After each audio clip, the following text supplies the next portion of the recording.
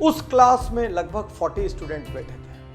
अचानक एक स्टूडेंट खड़ा हुआ और उसने बहुत घबराते हुए प्रोफेसर से कहा, सर मेरे पिताजी ने मेरे इस बर्थडे पर मुझे बहुत कीमती घड़ी गिफ्ट में दी थी, सर वो घड़ी अभी किसी ने चुरा ली। तो प्रोफेसर ने अचरज से कहा, अभी कैसे चुरा लेगा?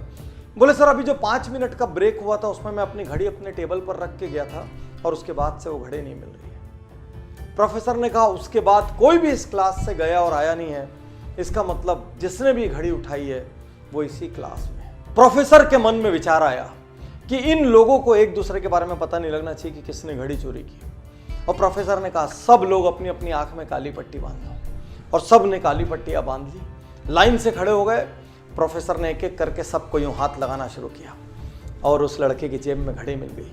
प्रोफेसर ने चुपचाप घड़ी निकाली, घड़ी निकाल के जो मालिक था मुस्कुराते हुए उसके हाथ में दे दी और क्लास नॉर्मल चलने लगी, किसी को नहीं पता चला। अगले 2-3 दिन तक वो लड़का घबराता रहा, हड़बड़ाता रहा, भयभीत रहा। उसको डर था मेरी बात आज खुल जाएगी, मेरा राज आज खुल जाएगा, लेकिन किसी को पता नहीं चला। धीरे धीरे वो सब कॉलेज से निकल गए।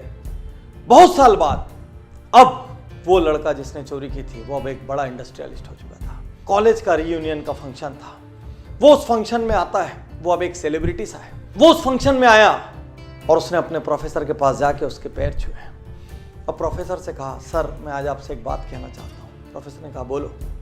उसने कहा, सर मेरे जीवन पे आपका बहुत बड़ा कर्ज है, यदि आज मैं जिंदा हूँ तो आपके कारण हूँ। प्रोफेसर ने बोला, ऐसा क्यों? उसने कहा, सर आपको याद नहीं होगा, एक बार आपकी क्लास में एक घड़ी चोरी हुई थी और आपने सबकी जेब चेक की थी और मेरी जेब से वो घड़ी मिली थी, लेकिन सर आपने उस दिन वो बात किसी से नहीं की। मैंने निर्णय लिया था यदि उस दिन ये बात सबको पता लगी तो मैं सुसाइड कर लूँगा। सर आपने मुझे माफ़ कर दिया, उस दिन आपने मेरी इज्जत रख ली, उस दिन आपने मेरी सेल्फ रिस्पेक्ट रख ली। मुझसे गलती हो गई थी सर, लेकिन फिर भी आपने मेरा अपमान नहीं किया।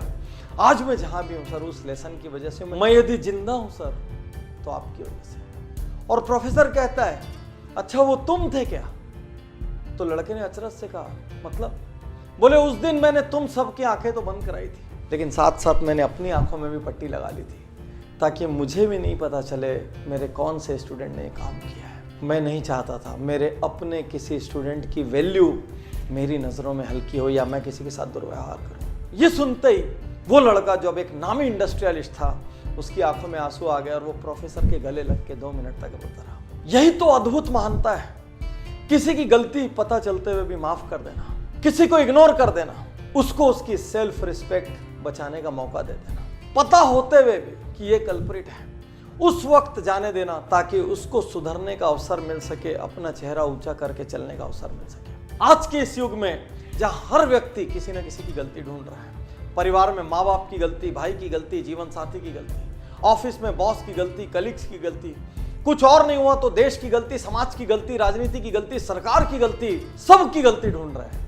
ऐसे में क्या हमको ऐसे लोग नहीं चाहिए जो एक दूसरे को माफ कर सके? माफ करना और माफी मांगना ये कायर नहीं कर सकते, ये शक्तिशाली लोगों का काम है। साथियों, इस कहानी ने मुझे इतना इंस्पायर किया। एक प्रोफेसर जो ये नहीं चाहता कि उसका स्टूडेंट उसकी नजरों से गिरे, जो ये नहीं चाहता कि उसका स्टूडेंट किसी और की भी नजरों से गिरे, क्या ऐसे लोगों की समाज को जरूरत नहीं है? जहां पर हम लोगों की गलतियां होने के बावजूद उनको इंसान मान के, उनको मिट्टी का पुतला मान के उनको माफ कर सके। हमारे भाई से गलती हुई, हमारे पार्टनर से गलती हुई, हमारे जीवन साथी से गलती हुई, हमारे किसी और फैमिली मेंबर से गलती हुई, रिलेटिव से गलती हुई, कलीग से गलती हुई, मोहल्ले में, कॉलोनी में, स्ट्रीट में रहने वाले किसी से गलती हुई, समाज के किसी अंग से गलती हुई, 1-2 बार माफ कर दो, जाने दो ना उनको उनकी सेल्फ रिस्पेक्ट के साथ। गलतियां ढूंढना महानता नहीं है, गलतियों को इग्नोर करना और सामने वाले को अपना सम्मान बचाने का मौका देना महानता है।